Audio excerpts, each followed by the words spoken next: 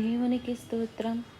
మరొక సమయంలో మనం ప్రభువుని స్తుతించడానికి ఈ మంచి రోజు దేవునితో ప్రతిరోజు మంచి రోజే. ఆయనతో గడిపిన ప్రతి సమయము దీవెనకరమైనదే.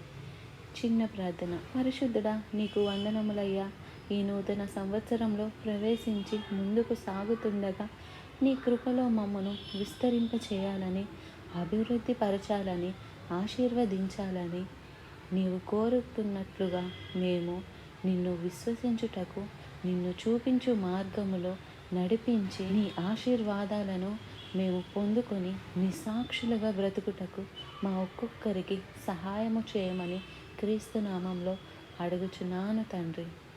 ఆమెన్. అవునండి, మరి సంవత్సరాలు గడుస్తూ ఉండగా దేవుడు మనల్ని అదే స్థితిలో ఉంచడు కదా. మన ప్రభువు మనల్ని అభివృద్ధి పరిచే దేవుడు.